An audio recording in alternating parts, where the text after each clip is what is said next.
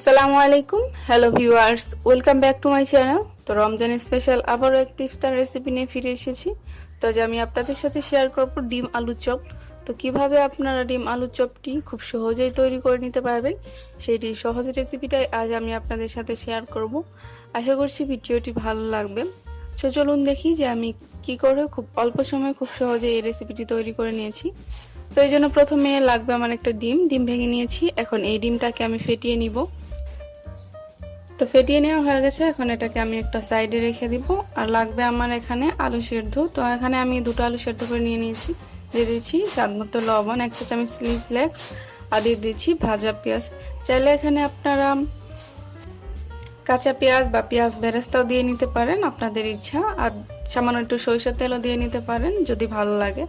তো এখন এটাকে সাইডে রেখে দিচ্ছি। আর এখানে নিয়ে নিয়েছি আমি দুটো ডিমগুলোকে আমি 4 ফালি করে কেটে নিচ্ছি। তো আপনারা চাইলে কিন্তু এখানে 2 ফালি করে বড় বড় করেও বানিয়ে নিতে পারেন। তো আমি ছোট করে বানাবো, এই জন্য 4 ফালি করে কেটে নিচ্ছি। তো কেটে নেওয়া হয়ে গেছে।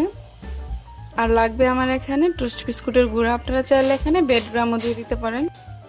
তো এখান থেকে আমি কিছুটা আলু নিয়ে নিচ্ছি, 2 হাতের সাহায্যে চাপ দিয়ে একটু ছড়িয়ে নিচ্ছি। এখন মাঝখানে ডিমটাকে দিয়ে চারদিক থেকে আলু দিয়ে কভার করে নিচ্ছি।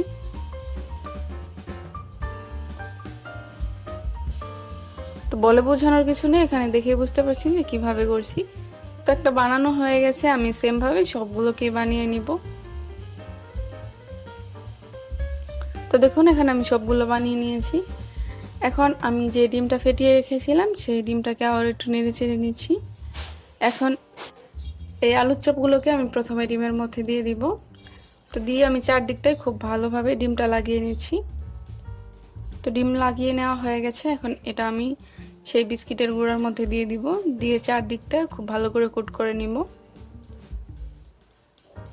তো দেখুন খুব ভালো করে কোট করে নেওয়া হয়ে গেছে। সেম ভাবে আমি সবগুলো করে নিব। সবগুলো করা হয়ে গেছে। এখন চুলায় একটি প্যান বসিয়ে দিয়েছি আর তেলটাকে আমি খুব ভালো করে গরম করে নিয়েছি। এখন এক এক করে এই ডিম আলু চপগুলোকে আমি তেলের মধ্যে দিয়ে দিব। তো দিয়ে দেওয়া হয়ে গেছে। এখন এগুলোকে আমি নেড়ে ছেড়ে গোল্ডেন ব্রাউন কালার করে ভেজে দিব। আপনারা আপনাদের পছন্দ মতো কালার করে এটাকে ভেজে নিতে পারেন।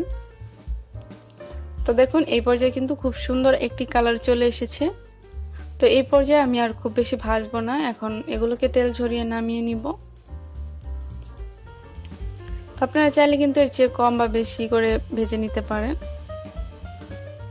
তো দেখুন এইভাবে কিন্তু আমার সবগুলো ডিম আলু চপ ভাজা হয়ে গেছে। দেখতেও কিন্তু অসম্ভব সুন্দর লাগছে আর খেতেও কিন্তু অসম্ভব মজার। তো একটা চপ আমি আপনাদের সাথে কেটে শেয়ার করছি, যে দেখুন এর ভিতরের অংশটা কেমন হয়েছে, তাহলেই বুঝতে পারবেন।